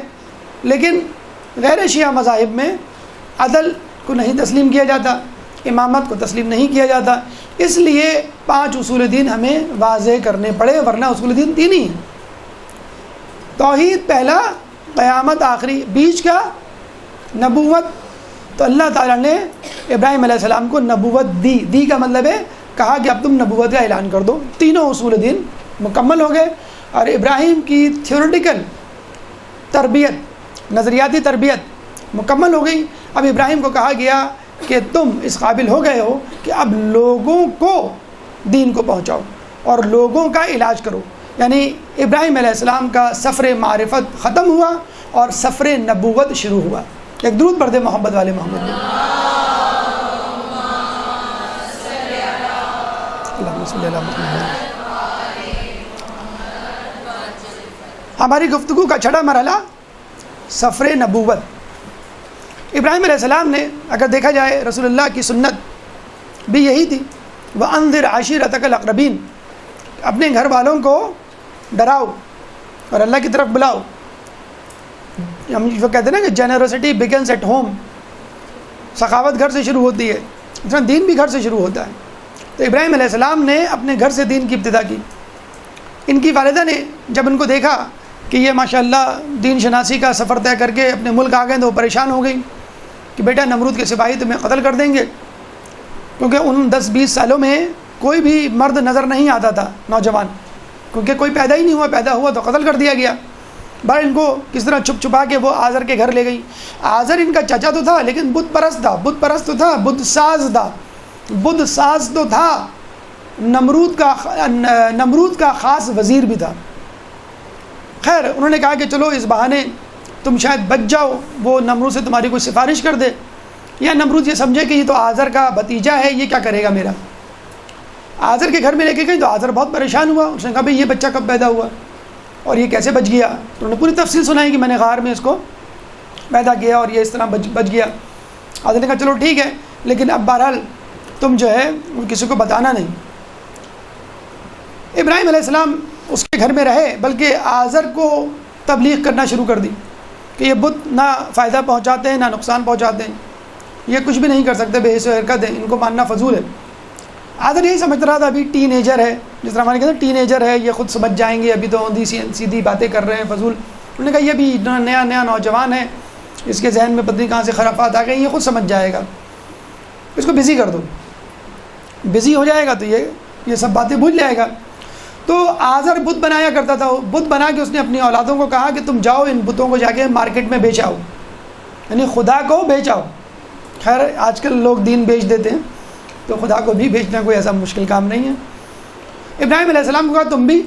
اچھا آپ دیکھیں، گویا کہ ابراہیم اس کے حکم پر عمل کر رہے ہیں، اور آپ یہ کہہ سکتے ہیں کہ بھائی ابراہیم بھی نعوذ باللہ اس بت پرستی میں شریک ہو گئے انڈائریکٹلی. لیکن انہوں نے کیا کیا؟ بت کے گلے میں رسی ڈالی اور اس کو گھسیٹتے ہوئے لے کے گئے. جس طرح بچے قربانی کے بکرے کو لے کے گلی میں گھومتے ہیں بقرہ عید سے پہلے، کبھی اس کو پانی پلا رہے ہیں، کبھی اس کو گھاس کھلا رہے ہیں، بچے بھی یہ کرتے ہیں. ایک مذاق بن گیا، لوگ جو ہے وہ کہہ رہے ہیں کہ تم ہمارے خدا کی توہین کر رہے ہو. اور آزر کے بچوں نے آ کے گھر میں بتلایا آزر کو کہ دیکھیں یہ انہوں نے کیا بدتمیزی کی ہے، پورے شہر میں بدنام کر دیا، آپ کتنے متقی مشرک ہیں، آپ کے شرک پہ حرف آ گیا، لوگ آپ پہ شک کر رہے ہیں کہ آپ جو اللہ کو مانتے ہیں، آپ مشرک نہیں رہے. وہ بڑے پریشان ہو گئے، بھئی یہ کیا کروں، یہ تو باولا قسم کا نوجوان لگ رہا ہے، یہ تو میری بے عزتی کر ڈالے گا. انہوں نے کہا کہ تمہیں گھر سے نکلنے کی اجازت نہیں. جیسے ہم اپنے بچوں کے پابندی لگا دیتے ہیں نا، کمرے میں بند کر دیتے ہیں، اور آج کل ہم وہ بھی نہیں کر سکتے کیونکہ فیس بک یوز کر رہا ہوتا ہے کمرے میں بند ہو کر. آج اس زمانے میں خیر نہیں تھا، تو ابراہیم علیہ السلام کو کمرے میں بند کر دیا. اور ابراہیم تو غار سے نکل کے بھاگ گئے تھے، تو یہ کمرہ کیا چیز ہے، وہ نکل کے بھاگ گئے. اچھا بھاگ گئے تھے تو کہیں چلے جاتے دور ان لوگوں کی نظروں سے. کہاں گئے؟ آزر کے محل میں، اور اس کو جا کے تبلیغ شروع کر دی. آزر جو ہے وہ پریشان کہ یہ کون نوجوان ہے، یہ پیدا کیسے ہوا، پیدا ہو گیا تو یہ قتل کیوں نہیں ہوا. وہ تو سوچے پڑ گیا اور پوچھا تم کہاں سے آؤ، کیا یہ وہ. اور وہ ابراہیم علیہ السلام اس کو توحید کی تبلیغ. اس نے کہا یہ بھی ایک نوجوان ہے، باولا ہو گیا ہے، اپنی باتیں کر رہا ہے، سربراہ ہو گیا ہے. اس نے کہا اچھا یہ بتاؤ ابراہیم تمہارا خدا کیا کر سکتا ہے؟ انہوں نے کہا میرا خدا جو ہے وہ زندہ کرتا ہے اور مارتا ہے. انہوں نے کہا یہ کون سی بڑی بات ہے، میں بھی زندہ کر سکتا ہوں، میں بھی مار سکتا ہوں، چلو میں تمہیں دکھاتا ہوں. گیا تو پھانسی پہ ایک شخص چڑھنے والا تھا. عین پھانسی پہ چڑھنے سے پہلے اس شخص کو اتار دیا نمرود نے. وہاں دیکھو یہ بھی مرنے والا تھا، میں نے بچا لیا. پھر ادھر ادھر نگاہ دوڑائی، ایک آدمی کو بلایا ادھر آؤ، کہا اس کو پھانسی پہ چڑھا دوں. اس کو پھانسی پہ چڑھا دیا کہ دیکھو میں جس کو چاہوں موت دے دوں، جس کو چاہوں زندہ کر دوں. ابراہیم ڈرے نہیں. ابراہیم نے صرف ایک سوال کیا کہ دیکھو میرا رب سورج مشرق سے نکالتا ہے، تم مغرب سے نکال کے دکھاؤ. اب وہ سوچ میں پڑ گیا کیا کرے کیا نہ کرے. انہوں نے کہا تمہاری امی سے بات کرنی پڑے گی.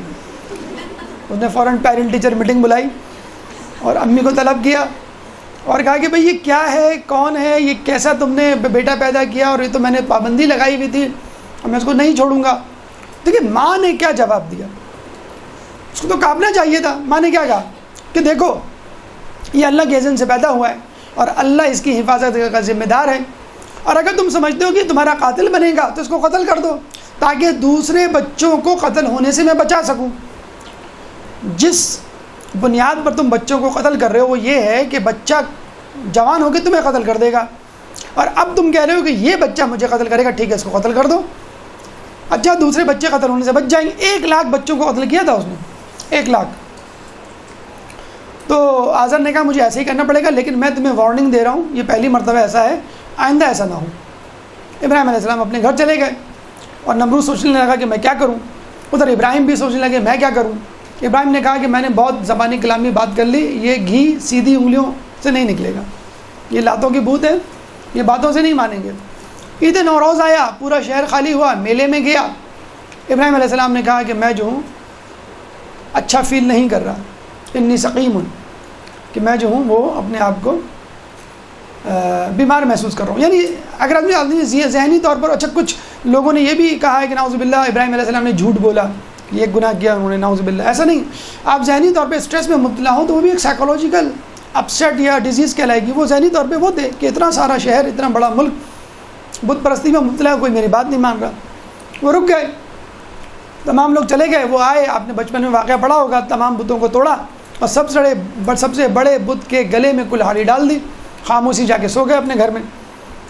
لوگوں نے دیکھا تو لوگ سمجھ گئے یہ ابراہیم کا کیا دھرا ہے. بلایا، کہیں کس نے کیا؟ کہیں اس سے پوچھ لو، یہ عینی شاہد ہے، آئی وٹنس، یہ بتا دے گا. کہنا نہیں، یہ نہیں بول سکتا. کہیں پھر کیسا خدا ہے؟ اچھا یہ تو بتاؤ، اس نے ان تمام بتوں کو ٹوٹنے سے، توڑنے سے کیوں نہیں بچایا؟ کیوں نہیں پکڑا اس شخص کو جو توڑنے آیا تھا؟ کہیں گے یہ نہیں کر سکتا. کہیں گے جب یہ نہیں کر سکتا، بول نہیں سکتا، ہل نہیں سکتا اپنی جگہ سے، تو پھر کیسا خدا ہے؟ اب لوگوں کو یقین ہو گیا کہ ابراہیم کی اس ملک میں کوئی جگہ نہیں، اور پوری دنیا پہ حکومت کرتا تھا. تو اس نے کہا اس کو اس دنیا سے، یعنی قتل کر دینا چاہیے، اس دنیا سے نکال دینا چاہیے. ابراہیم نے ابراہیم علیہ السلام کو قید کیا اور آگ جلائی. ہماری گفتگو کا 7واں مرحلہ انتقام نمرود. ایک درود پڑھ دیں محمد والے محمد.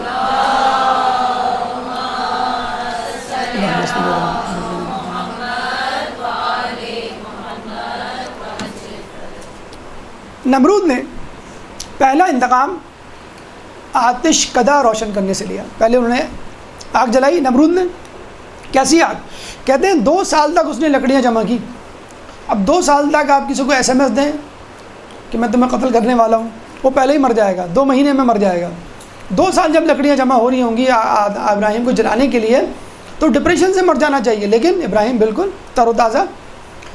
اتنی بڑی آگ تھی کہ اس کو قریب جانے کے لیے بھی دل گردہ چاہیے تھا. بڑے دور سے کئی 100 گز تک آدمی جو ہے اس کے قریب نہیں جا سکتا تھا. یہ ایشو بھی پیدا ہو گیا ابراہیم کو اس میں ڈالیں کیسے؟ یہ کوئی چھوٹی چیز تو نہیں ہاتھ پکڑ کے ڈال دیں. تو کہا گیا کہ منجنیق بناؤ اور منجنیق میں ڈال کر جیسے توپ کا گولہ پھینک دیں ابراہیم کو پھینک دو. تو منجنیق بنائی گئی ابراہیم علیہ السلام کو ڈالنے کے لیے. جب آگ روشن ہو رہی تھی، آگ بھڑکائی جا رہی تھی، تو کہتے ہیں آسمان کے سارے فرشتے رو رہے تھے. جبرائیل رونے لگے اور کہا اے اللہ تیرا خلیل اللہ آگ میں جلنے جا رہا ہے، اس کو بچا لے. تو اللہ نے کہا کہ وہ تمہاری طرح نہیں کہ مایوس ہو جائے، وہ مجھ پہ توکل کرتا ہے، اور جب وہ دعا مانگے گا تو میں اس کی دعا کو مستجاب کروں گا، تم دیکھ لینا. تو دیکھیں ابراہیم کا توکل، ابراہیم کا ایمان فرشتوں سے بڑھ کر. ابراہیم علیہ السلام کے پاس جبرائیل آئے اور کہنے لگے کہ میری مدد کی ضرورت ہو تو بتائیے، میں آپ کی مدد کے لیے تیار ہوں. ابراہیم علیہ السلام نے کیا کہا کہ مجھے تمہاری مدد کی کوئی ضرورت نہیں، مجھے خدا کی مدد کی ضرورت ہے، اور خدا کو جو منظور ہوگا مجھے بھی وہ منظور ہوگا. تو ابراہیم کو منجنیق میں ڈال کر جب پھینکا گیا تو اللہ نے حکم دیا کہ جاؤ ابراہیم کی انگلی میں ایک یہ انگوٹھی پہنا دو. جبرائیل آئے، وہ انگوٹھی پہنائی. اس انگوٹھی میں کیا لکھا ہوا تھا کہ میں اللہ پر ایمان لاتا ہوں، اللہ کے رسول محمد پہ ایمان لاتا ہوں، اللہ پہ اعتماد کرتا ہوں، اور اپنے تمام امور اللہ کے سپرد کرتا ہوں. اللہم صلی علی محمد وعلی محمد.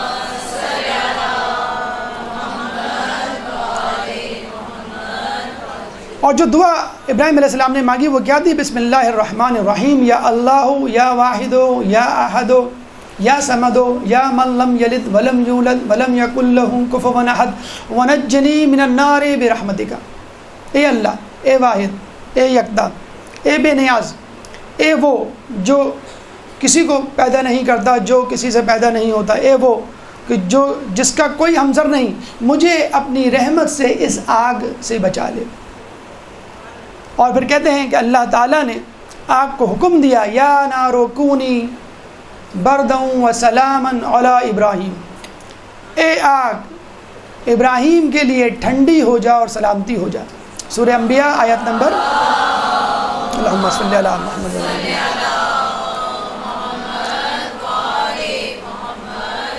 سورہ انبیاء آیت نمبر 69.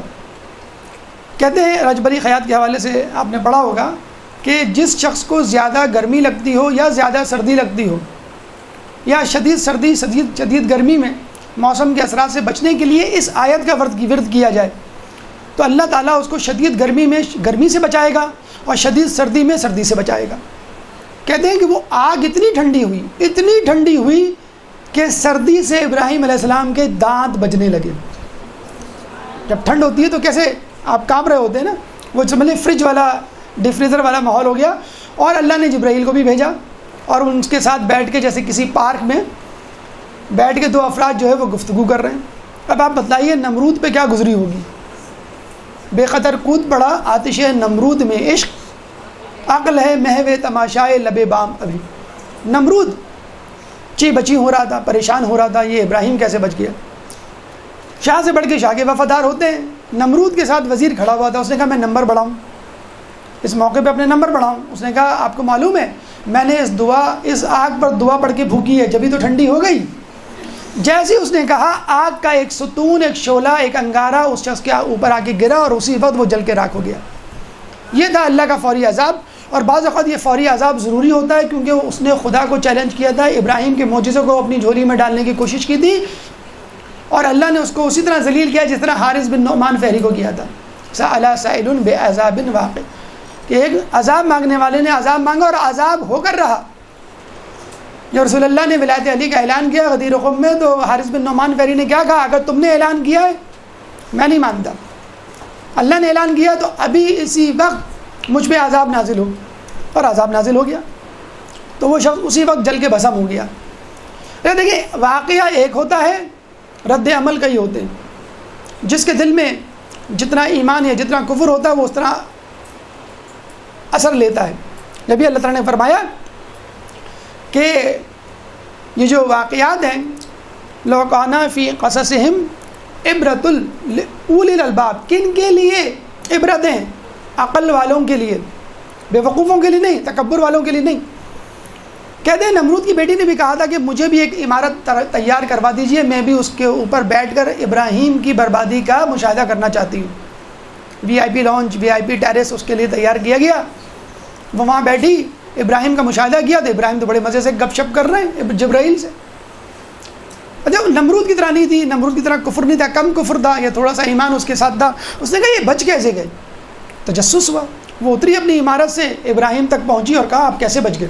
تو ابراہیم نے کہا میں نے بسم اللہ پڑھی تھی. دیکھیں اپنے بچوں کو یہ واقعہ سنائیں، ہر کام کرنے سے پہلے بسم اللہ پڑھیں. تو اس نے معصومانہ انداز سے کہا کہ اچھا اگر میں بسم اللہ پڑھوں تو؟ ابراہیم نے کہا تم بھی بچ جاؤ گی، اگر تم میرے خدا پر ایمان رکھ کر بسم اللہ پڑھو گی تم بھی بچ جاؤ گی. وہ فوراً گئی عمارت کے اوپر اس کی چھت پر اور وہاں سے چھلانگ لگائی، بسم اللہ الرحمن الرحیم، اے ابراہیم کے خدا مجھے بچا لے. اور جب وہ آگ میں کودی تو بالکل ابراہیم کی طرح صحیح سالم، وہ بھی بچ گئی. اللہم صلی علی محمد.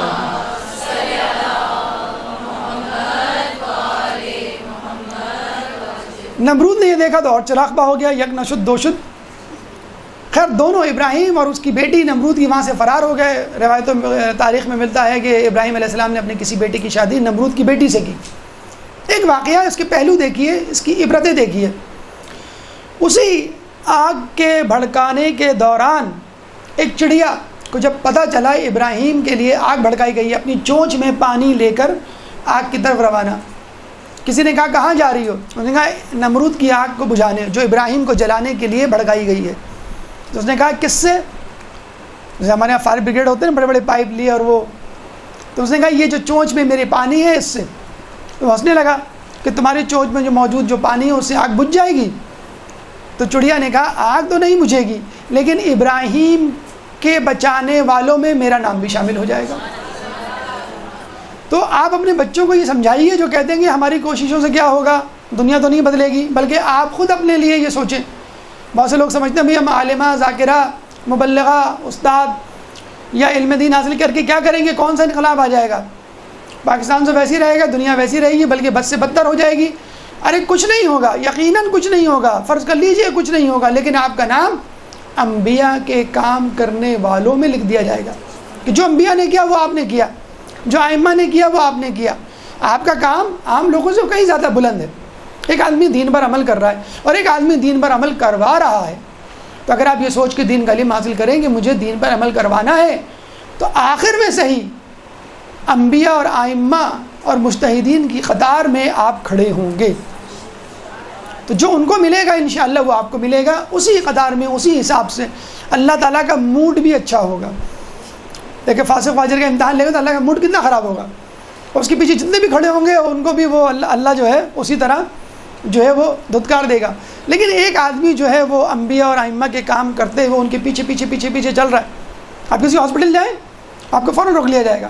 لیکن ہاسپٹل کا کوئی امپلائی ایک بیج لگا کر آپ کو پورے ہاسپٹل کا دورہ کروائے اور آپ اس کے پیچھے پیچھے ہوں تو اس آدمی کو دیکھ کے سب لوگ راستہ چھوڑ دیں گے اور آپ کو سلام کریں گے. انبیاء اور ائمہ کے کام کرنے والوں کے طور پر اگر آپ ان کے پیچھے کھڑے ہوں گے تو انشاءاللہ جنت کے فرشتے جو ہے خود آپ کے لیے راستہ چھوڑ دیں گے اور آپ کو سلام کر کے جنت میں خوش آمدید کہیں گے. اب سنیے اس کا تعلق کربلا سے کیا بنتا ہے. ایک درود پڑھ دیں محمد والے محمد کو. اللہم صلی اللہ علیہ وسلم. کربلا میں وقت عاشور شب عاشور بلکہ صبح عاشور جب امام حسین علیہ السلام نے امام سجاد سے رخصتی چاہی اور یہ کہا کہ کیا تمہاری کوئی خواہش ہے. دیکھیں وہ بہت ساری خواہشیں کہہ سکتے تھے. وہ کہہ سکتے تھے کہ میرے لیے کوئی انتظام کوئی سہولت کوئی آئندے کا لاہ عمل. کیا کہا کہ میری بس یہ خواہش ہے کہ اللہ کی جو تدبیر ہو اس میں خوش رہوں. تو امام حسین نے فوراً کہا کہ تم نے وہ خواہش کا اظہار کیا ہے جو ابراہیم علیہ السلام نے جبرائیل سے کیا تھا کہ میری یہ خواہش ہے کہ اللہ جس حالت میں مجھے خوش رکھے میں خوش رہنے کے لیے تیار ہوں. تو آپ نے دیکھا کہ ابراہیم کو بھڑکائی جانے والی آگ میں ابراہیم بچ گئے. ابراہیم کی نمرود کی بیٹی ایمان لے آئی. نمرود اور اس کا وزیر اپنے کفر میں بڑھ گئے. یہاں اس کی جسے کہتے ہیں کہ شکست نے اس کو سبق نہیں سکھایا بلکہ کفر میں اور آگے چلا گیا. اس نے کہا کہ میں اب ابراہیم سے نہیں ابراہیم کے خدا سے لڑوں گا جس نے ابراہیم کو اتنی بے باکی دی ہے. کیا کروں گا؟ اس نے کہا کہ میں ایک بہت بڑی عمارت تعمیر کروں گا اور اس کی چھت پہ جا کر آسمان میں خدا سے تلوار سے مقابلہ کروں گا اس کو قتل کروں گا نعوذ باللہ. تو برج نمرود تیار کیا اس نے. برج خلیفہ ہے نا دبئی میں. تو برج یعنی ستارہ اتنی بڑی عمارت ستاروں کو جا کے چھوتی تھی. اور یہ اپنے چند سپاہیوں کمانڈرز کے ساتھ چلا گیا اوپر. جیسے اوپر گیا زلزلہ آیا اور عمارت منہدم. سپاہی مر گئے یہ اور چند سپاہی بچ گئے. اب بھی وقت تھا کہ وہ ایمان لے آتا نہیں لایا. اس نے کہا نہیں اب ان بادلوں سے بھی میں اوپر جاؤں گا اور ابراہیم کے خدا کو قتل کروں گا. تو اس نے کیا ایک کمرہ بنایا. کمرے میں چند ماہر شمشیر زنوں کو لیا اور اس کمرے کو ایک مضبوط چادر کے نیچے رکھا. اس چادر کو چادر کے چار کونوں کو 4 گدھوں کے پیروں سے باندھا اور اس کمرے کے اوپر گوشت رکھ دیا. اب گدھوں نے جب گوشت کو دیکھا تو گوشت کھانے کے لیے اپنے پروں کو پھڑپڑایا اور اڑنے لگے. اور جیسے ہی اڑتے گئے گوشت مکان یا کمرے کے ساتھ ساتھ بلند ہوتا رہا اور وہ گوشت تک تو نہ پہنچ پائے. وہ کمرہ جس میں نمرود اور اس کے سپاہی موجود تھے وہ اڑتا چلا گیا اور وہ آسمانوں تک پہنچ گیا. جب آسمانوں تک پہنچا تو وہاں تو اندھیرا, آکسیجن کی کمی, سفوکیشن. وہ پریشان ہو گیا. اس نے کہا بھائی گدھوں کو بولو کہ نیچے جائیں, یہاں تو کچھ نظر نہیں آ رہا مجھے, میرا دم گھڑی آئے گا. انہوں نے کہا بھائی ہیلی کاپٹر تو ہے نہیں, ریورس سوئنگ آپ چلائیں تو نیچے آ جائیں. انہوں نے کہا کیا کریں؟ کہلیں آپ یہ کریں کہ جو گوشت اوپر رکھا ہے چھت پر مکان کی اس کو نیچے رکھ دیں. گوشت کو نیچے دیکھیں گے تو نیچے کی طرف پرواز کریں گے اور ہم نیچے چلے جائیں گے. تو گوشت کو نیچے رکھ دیا گیا, گدھوں نے نیچے پرواز کی اور اس طرح پیراشوٹ کی طرح وہ باحفاظت نیچے آ گیا. پھر شکست ہوئی. اس کو چاہیے تھا اب ایمان لے آتا, ابھی بھی ایمان نہیں لایا. آخری ٹاکرا جو ہے یا مقابلہ اس نے ابراہیم علیہ السلام سے کیا اور وہ تھا باقاعدہ فوج کشی. کیسے؟ ایک درود پڑھ دے محمد والے محمد. اللہم صلی اللہ علیہ وسلم. اچھا ان تمام واقعات کے بعد اللہ تعالیٰ کو چاہیے تھا اس کو نیست و نابود کرتا, لیکن اللہ تعالیٰ کی خدائی رحمانیت رحیمیت دیکھیے کہ آخر وقت تک اللہ اس کو سمجھاتا رہا. اللہ نے باقاعدہ ایک فرشتہ بصورت انسان بھیجا نمرود کے پاس کہ جاؤ نمرود کو کہو ایمان لے آئے. فرشتے نے آگے بصورت انسان نمرود کو سمجھایا کہ دیکھو تم سارے معجزات ابراہیم کے دے چکے ہو اور وہ شکست نہیں کھائے گا, تم اس کو شکست نہیں دے سکتے, اس کا بال بیکا نہیں کر سکتے, اس کا خدا بہت مضبوط ہے, اس خدا پہ ایمان لے آؤ. اس نے کہا یہ ہو ہی نہیں سکتا, میرے پاس دنیا کی سب سے مضبوط فوج ہے اور ابراہیم کو کہو اپنی فوج لے کر آئے, میں اپنی فوج لے کر آؤں گا. تو جب نہیں سمجھا سکا فرشتے نے کہا ٹھیک ہے تم اپنی فوج، 3 دن میں وہ لاکھوں کی فوج تیار کر کے بیٹھ گیا. کون؟ نمرود.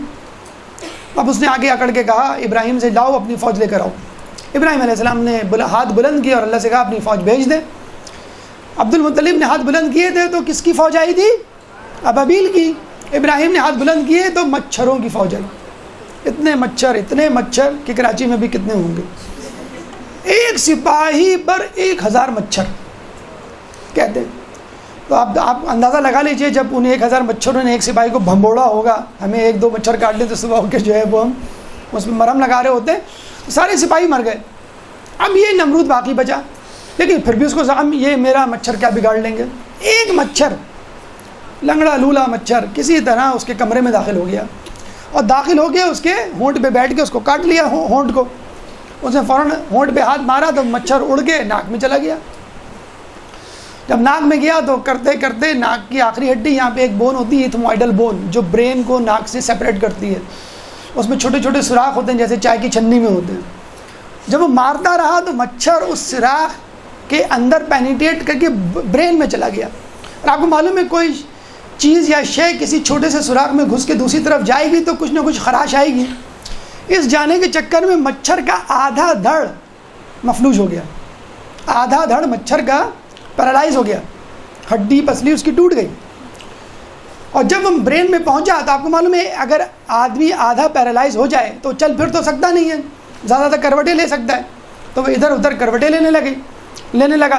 جب وہ کروٹ لیتا تو اس کو یہاں پہ سر میں درد ہوتا. وہ کہتا ہے میرے سر میں درد ہو رہا ہے، میرا سر دباتے لیکن وہ افاقہ نہیں ہوتا. نے کہا اور زور سے دباؤ لیکن پھر بھی افاقہ نہیں ہوتا. اس نے کہا کوئی چیز مارو. تو چیزیں ماری گئی، افاقہ نہیں ہوا. اس کو جوتا نظر آیا کہ یہ جوتا مارو. تو زور سے کھینچ کے کسی نے جوتا مارا تو تھوڑی دیر کے لیے مچھر رک گیا. آپ نے دیکھا ہوگا لال بیگ کو آپ ماریں تو تھوڑی دیر کے لیے لال بیگ رک جاتا ہے. آپ سمجھ کے مر گئے. آپ جو فاتحانہ مسکراہٹ کے ساتھ بیڈ روم میں جاتی ہیں واپس آتی ہے تو پھر وہ گھوم رہے. تو مچھر تھوڑی دیر کے لیے خاموش ہو جاتا اور جب اس کو جوتے نہیں پڑتے تو پھر دوبارہ متحرک ہو جاتا. وہ جو بڑا پریشان ہوا. اچھا مچھر نے اب وہ بھی نمرود کے مزے لینے لگا. مچھر نے کہا تو کہتا تھا کہ میں مار بھی سکتا ہوں زندہ بھی کر سکتا ہوں. نمرود نے کہا ہاں. اس نے کہا اچھا ٹھیک ہے، یہ جو میرا آدھا دھڑ مفلوج ہے، مر گیا ہے، مردہ ہو گیا ہے، اس آدھے دھڑ کو زندہ کر دے تاکہ میں اڑ کے ناک سے نکل جاؤں، تجھے نجات مل جائے درد سے.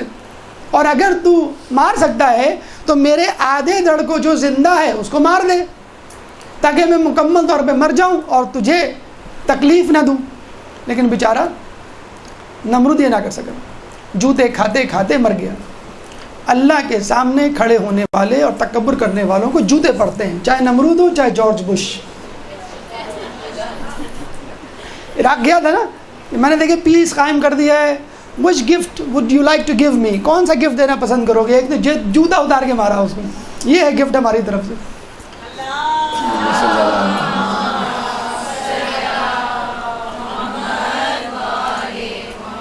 اچھا اتفاق کی بات ہے اللہ تعالیٰ نے مچھری کے بارے میں کہا ہے کہ اللہ تعالیٰ بعوضہ مچھر کی مثال دینے سے بھی نہیں شرماتا. مچھر بڑی کام کی چیز ہے. بڑی بڑی قوموں کو اس نے سیدھا کر دیا. زیکا وائرس ابھی امریکہ میں بہت پھیلا ہوا ہے، مچھر کے ذریعے پھیلا ہوا ہے. آپ خوب اترا رہے ہیں کہ ہم سائنس اور ٹیکنالوجی میں آگے چل گئے، ہم نے میزائل بنا لیے، ہم نے سیٹلائٹ بنا لیے، ہم کسی قوم کو نہیں چھوڑیں گے. تو آپ ایک وائرس، ایک مچھر سے پھیلنے والی بیماری 5 سال تک کہتے ہیں بیماری نہیں، اس کا کوئی ویکسین نہیں آنے کی، زیکا وائرس کی. مائکروسیفیلی، مینٹلی ریٹارڈڈ بچے پیدا ہو رہے ہیں. تو یہ بیماریاں ہیں کہ جب کہتے ہیں کہ جب انسان نت نئے انداز سے گناہ کرے گا تو اللہ تعالیٰ اس کو نت نئی مصیبتوں میں مبتلا کرے گا. یوں نمرود 40 دن کی مچھر کی مہمان نوازی کے بعد فنا فی النار ہوا اور کسی بھی معجزے سے، کسی بھی حادثے سے اس نے سبق حاصل نہیں کیا. یہ ابراہیم علیہ السلام کی آدھی داستان تھی. انشاءاللہ آدھی داستان کبھی اور ہم ان کی سنائیں گے، ہو سکا تو اگلے ہفتے، کیونکہ دہاب الارض جو ہے وہ پیر کے دن ہے. لیکن جاتے جاتے ایک بات جو ہم نے کہا تھا کہ ابراہیم علیہ السلام ایک اعزاز، 5 اعزاز کے بعد ایک اعزاز ایسا تھا جس پہ وہ ہمیشہ فخر کرتے رہے کہ ان 5 اعزازوں پہ بھاری ہے. شب معراج رسول اللہ تیسرے آسمان پر گئے، ممبر سجایا گیا، بہت بلند ممبر، سب سے بلند ترین جگہ پہ رسول اللہ کو بٹھایا گیا.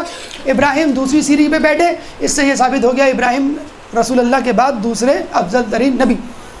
اس دوران دیکھا کہ ایک سواری پر ایک شخص آ رہا ہے، نورانی اونٹ ہے، اس پہ بیٹھا ہوا ہے، اس کا چہرہ 14ویں کے چاند کی طرح چمک رہا ہے، اور اس کے گرد ٹمٹماتے ہوئے ستاروں کے مانند لوگ. ابراہیم علیہ السلام نے اس شخص کی طرف اشارہ کر کے رسول اللہ سے پوچھا یہ کون سا شخص ہے، کون سا نبی ہے یا کون سا فرشتہ ہے؟ رسول اللہ نے کہا یہ نہ نبی ہے نہ فرشتہ ہے، یہ میرا بھائی، میرا چچا زاد، یہ میرا جانشین، میرے علم کا وارث.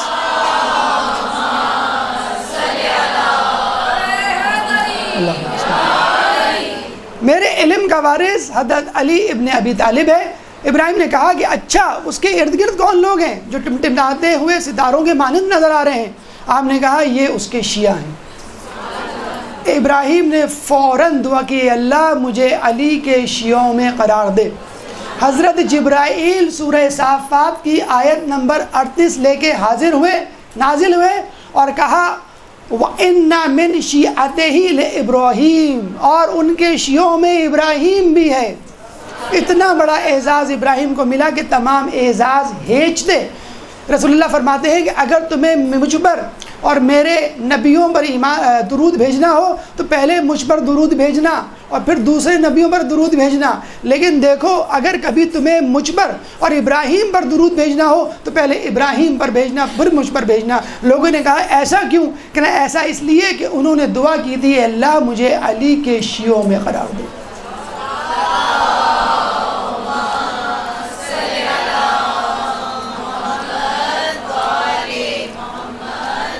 بندگی کا سفر، رسالت کا سفر، پیغمبری کا سفر، امامت کا سفر، خلیل اللہ کا سفر، تمام سفر طے کرنے کے بعد ایک شخص دعا کر رہا ہے، خواہش کر رہا ہے کہ مجھے علی کا شیعہ بنا. ہم بیٹھے بٹھائے پیدائشی علی کے شیعہ. اللہ تعالیٰ نے آپ کو پلیٹ میں رکھ کر جنت نہیں دے دی کیا؟ کیا اتنا بھی حق نہیں ہے کہ ہم وہ کام نہ کریں جو علی کو ناپسند؟ کیا اتنا بھی حق نہیں ہے کہ ہمارے اندر ہماری سیرت میں علی کی سیرت جھلکے؟ علی کی برابری کی بات نہیں کی جا رہی، علی کی پیروی کی بات تو کر سکتے ہیں. علی کی برابری نہ کریں، علی کی پیروی کریں. مذہب اہل بیت کی برابری نہیں، ان کی پیروی کریں. اللہ تعالیٰ سے دعا ہے کہ ہمیں علی کا حقیقی شیعہ بننے کی توفیق عطا فرمائیں. اللہ تعالیٰ سے دعا ہے کہ ہمیں ابراہیم کا شیعہ بننے کی توفیق عطا فرمائیں. اللہ تعالیٰ سے دعا ہے کہ مذہب اہل بیت پر چلنے کی توفیق عطا فرمائیں. اللہ سے دعا ہے کہ قیامت کے دن ان کی شفاعت سے ہمیں بہرہ مند فرما، امام کے ظہور میں تعجیل فرما اور ہمیں ان کے انصار و اعوان میں شامل فرما. ربنا تقبل منا انك انت السميع العليم، ربنا وتب علينا انك انت التواب الرحيم، وصلى الله تعالى على خير خلقه واصحابه اجمعين برحمتك يا ارحم الراحمين. اللجن يا مولا